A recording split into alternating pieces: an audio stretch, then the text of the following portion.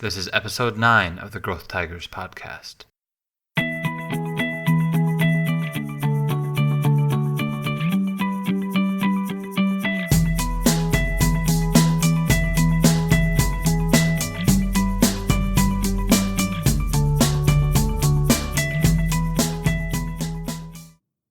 Hello everyone, and welcome to the Growth Tigers podcast. I'm your host, Brian Cotter, and it's my job to bring inspiring entrepreneurs of Vietnam and their stories to you, wherever you may be.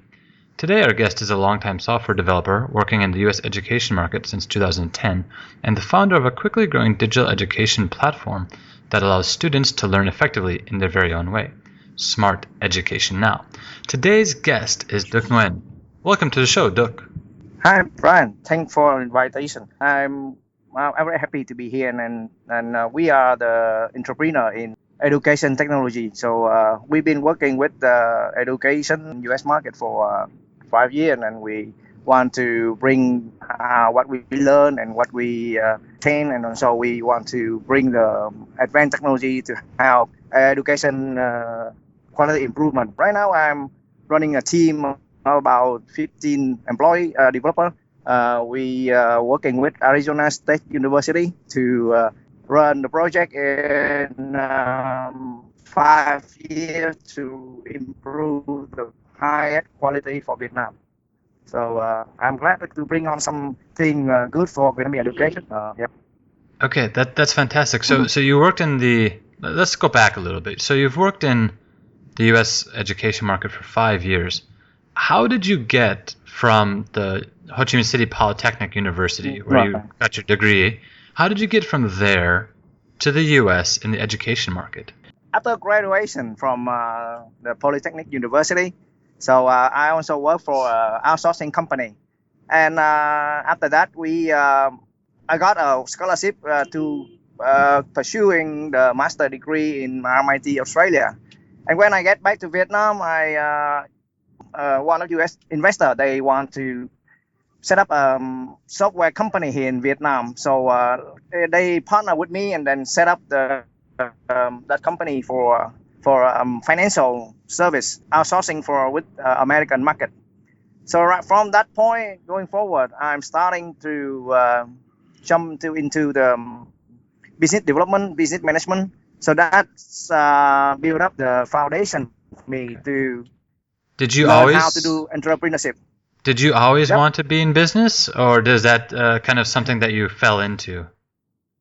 Oh, I really want to be in this business because I'm thinking about I have more interesting in doing some technical related business rather than just technical only, and that helped me to run my own business in the future, and also to to create job for my also engineering here in Vietnam.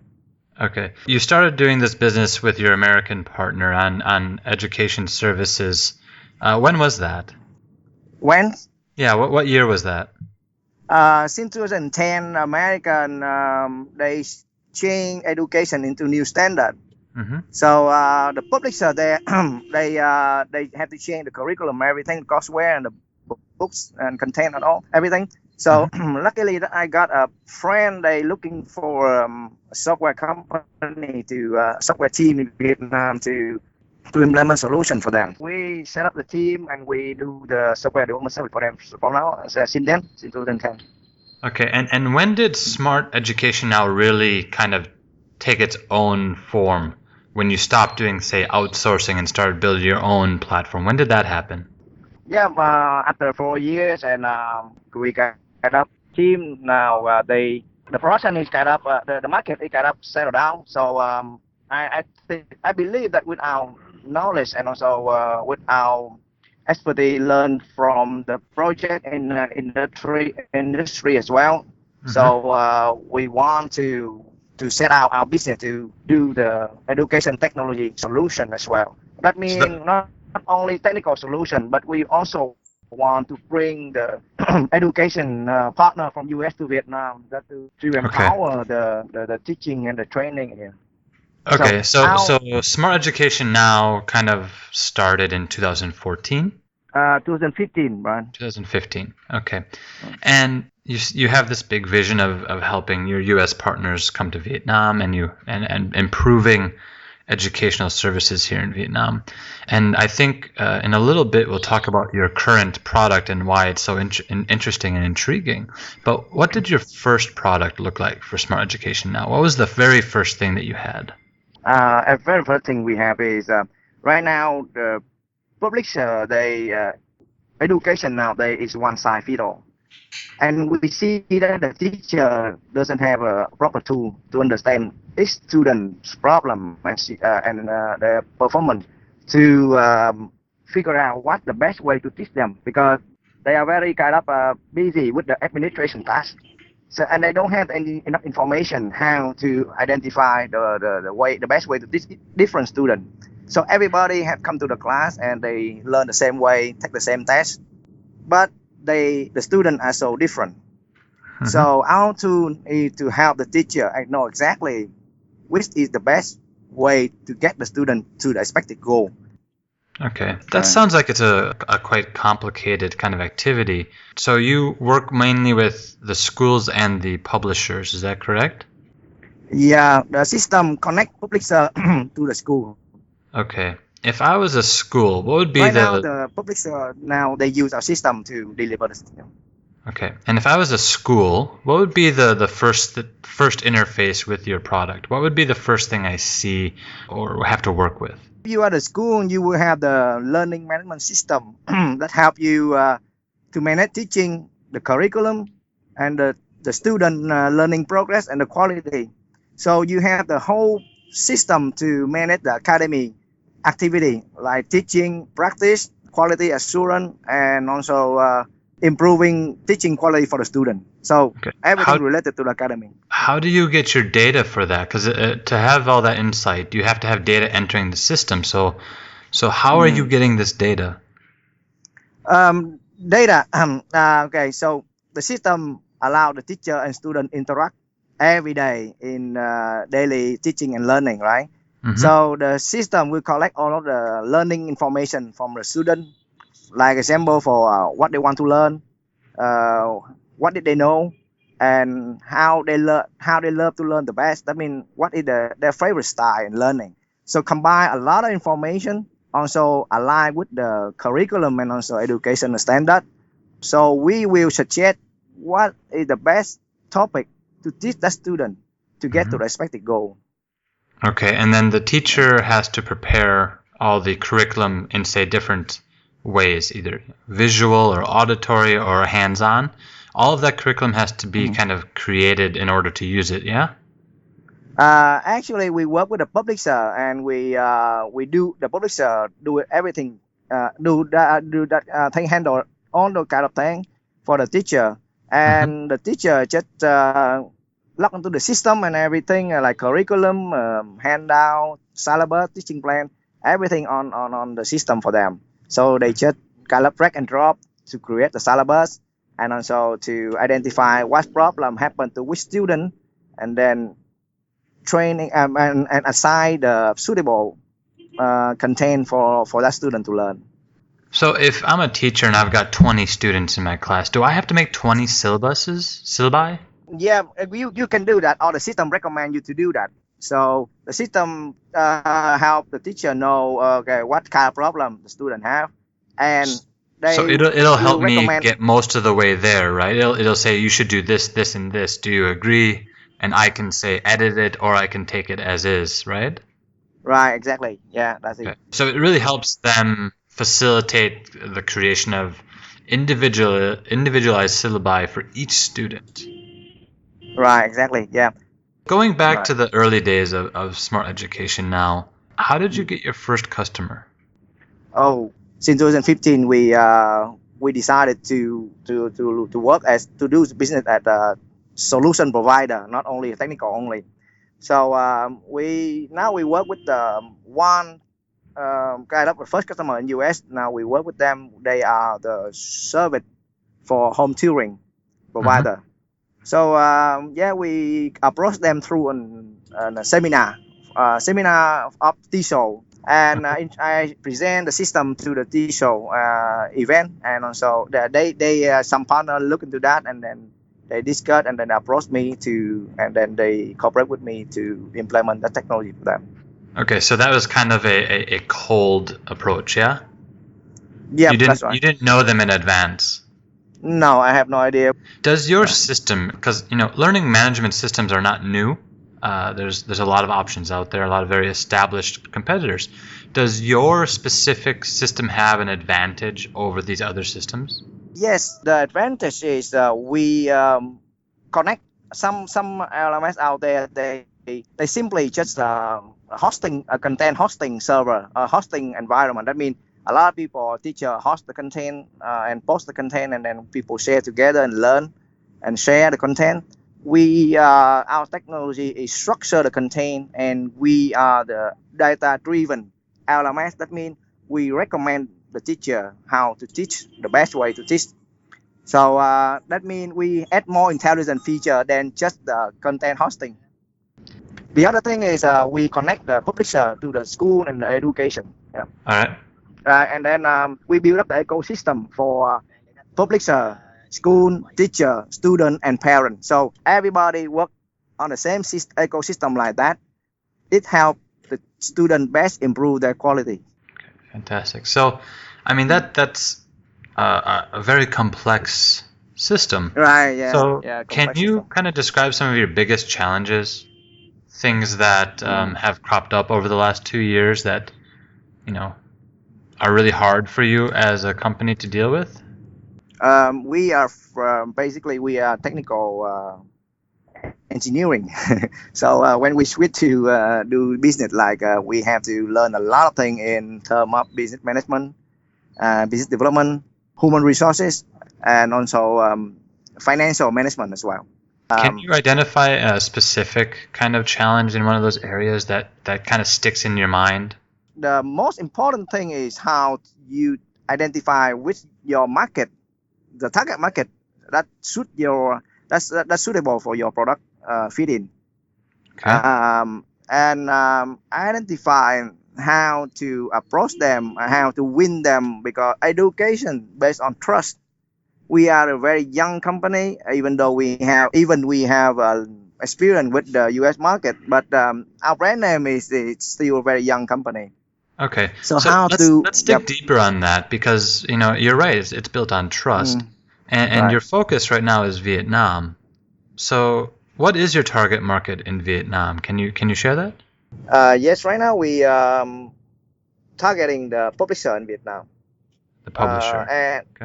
And we also targeting the school as well. So which schools? Like a university, they run. They have their content, the teaching curriculum. They have everything, and then they want to implement the learning management system with the affordable way and risk-free investment. So they don't have a lot of experience in implement such kind of business. So right. we're helping them with that. Yeah. That was going to be my next question. The universities in Vietnam are not known necessarily for their technology platforms in terms of learning. You said universities. Is there a subcategory of universities that you're specifically looking at, such as technology focused or liberal arts or finance? Is there something more specific? Right now, in fact, right now we implement our system for the university to improve English teaching. Okay. Because English now is kind of fundamental requirement for students to graduate the school. And English is the main problem for our engineering students. They come from many different situations. They come from many places and different level of English when they enter the university. For example, there's some student in Ho Chi Minh City or in big city. When they come to the university, their English is very good, but not that situation with the student from other small town or small area like Mekong Delta. So when they come to the university, even though they're very good technical capability, but the teaching is a one-size fit all, make them feel lost to catch up with the English teaching here in Ho Chi Minh City and university here. So so it's really tough for them. Okay. So our you kind of system, offer the solution to help the publishers who have the content they need, and you help it reach those students who need a little bit more specific support.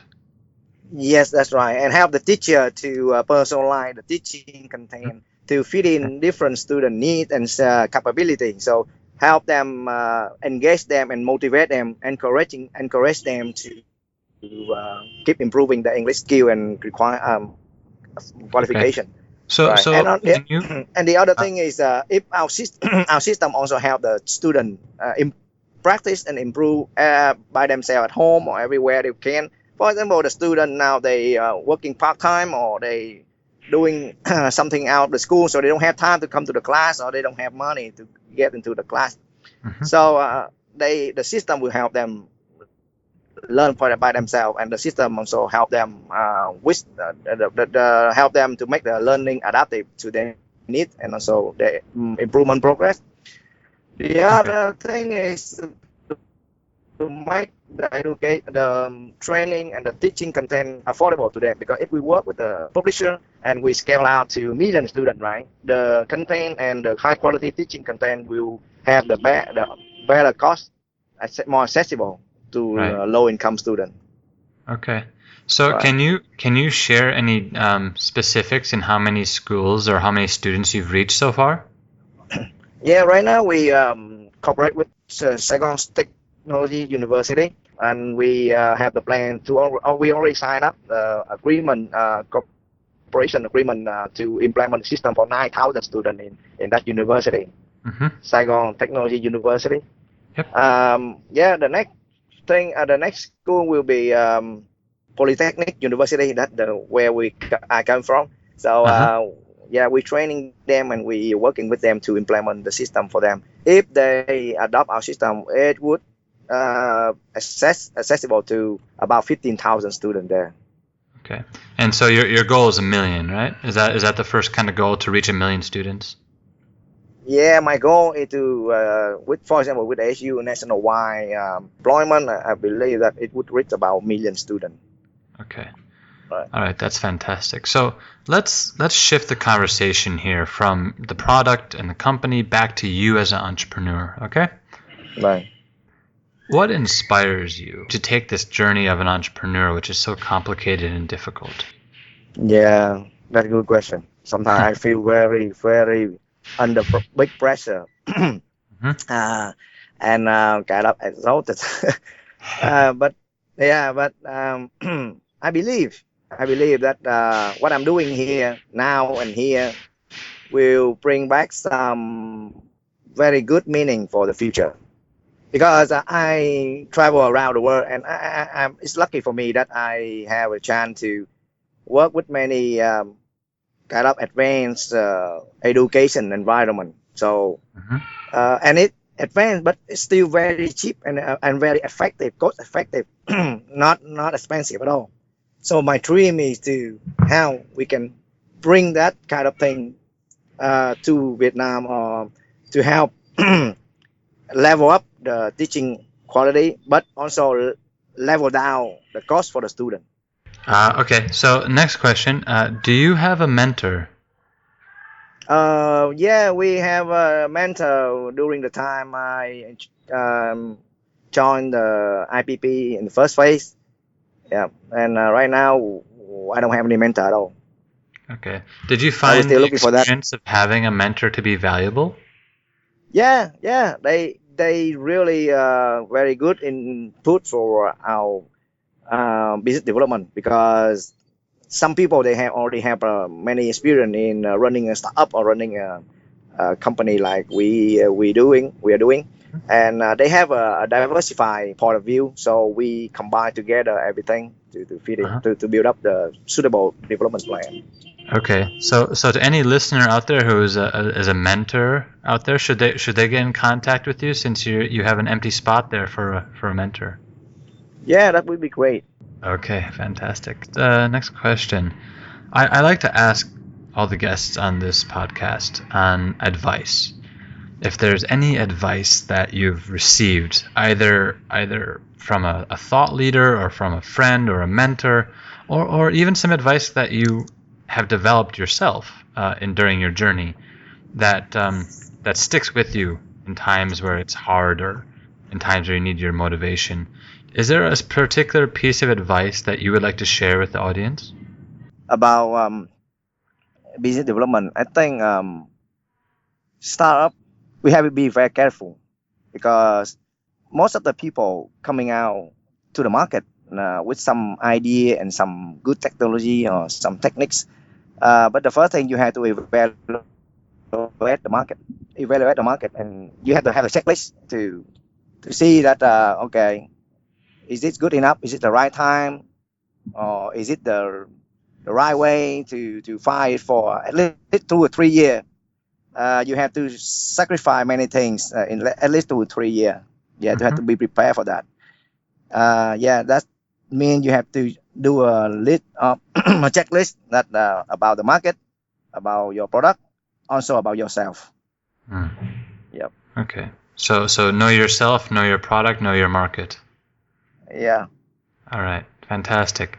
So, is there anything else that you would like to share with the audience? Any new projects or activities that you're working on with Sen? The next phase, we will bring some teaching content on teaching curriculum for K-12, K1 to K-12, math and English to Vietnam. Vietnam now they want to teach the natural sciences like math and science and physics in bilingual to get the student ready for the integration between for education and economy. So we will work with some publisher and also educator in US to bring that like teaching content and solution to the market. Okay, fantastic. So the last thing I like to talk about with my guests is how can we keep in touch with you? How can the guests, the listeners here at the podcast, keep in touch with you? Where can they find you in social media? Yeah, we have. You can send me an email at smart@smartedunow.com, or you can access our website at worldwideweb@smartedunow.com. The email address was smart@smartedunow.com. Okay. Right. I'll make sure that goes in the show notes.